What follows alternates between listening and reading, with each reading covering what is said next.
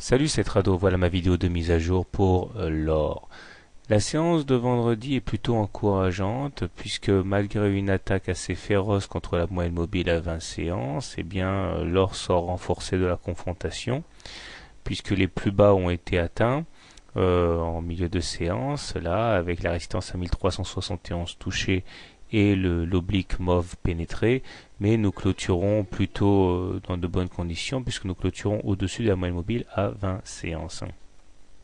Nous voyons également que la fourchette d'Andrews noire ici n'a pas encore permis aux baissiers d'exprimer tout leur potentiel puisque la médiane n'a pas été touchée et tant que nous n'aurons pas cassé par le haut la fourchette d'Andrews noire, eh bien une rotation pour aller chercher la médiane restera toujours d'actualité. Nous sommes soutenus cependant à moyen terme par ce canal mauve haussier et ce canal noir haussier également. On voit d'ailleurs que si on allait chercher la médiane de la fourchette d'Andrews noir vers les 1340, on ne remettrait pas en cause par ailleurs la tendance haussière imprimée par le canal noir dans lequel nous effectuons des rotations. S'il fallait chercher des mauvaises nouvelles, ce serait plutôt du côté du MACD qui croit son signal à la baisse, tandis que le momentum reste positif, que le stochastique lui continue de décroître. Ça, c'est pas terrible. Donc en fait, la M20 tient toujours, mais les indicateurs techniques vont sans doute apporter chaque jour leur flot de traders baissiers, ce qui n'est pas forcément une bonne chose.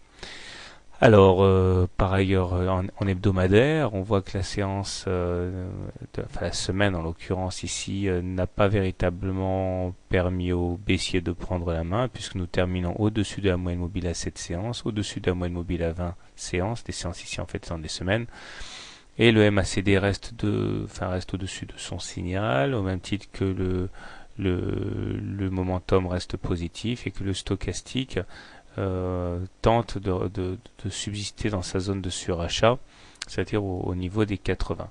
Mais bon, globalement, ça reste haussier. Alors, comment trader l'or lundi? Si vous êtes haussier sur l'or, eh bien, je pense que le mieux à faire est d'acheter au plus proche de la M20, mettre un stop loss en cas de clôture sous la résistance à 1371, objectif en intraday la M7 et sur plusieurs jours, pourquoi pas aller chercher le haut de la fourchette d'Andrews noire.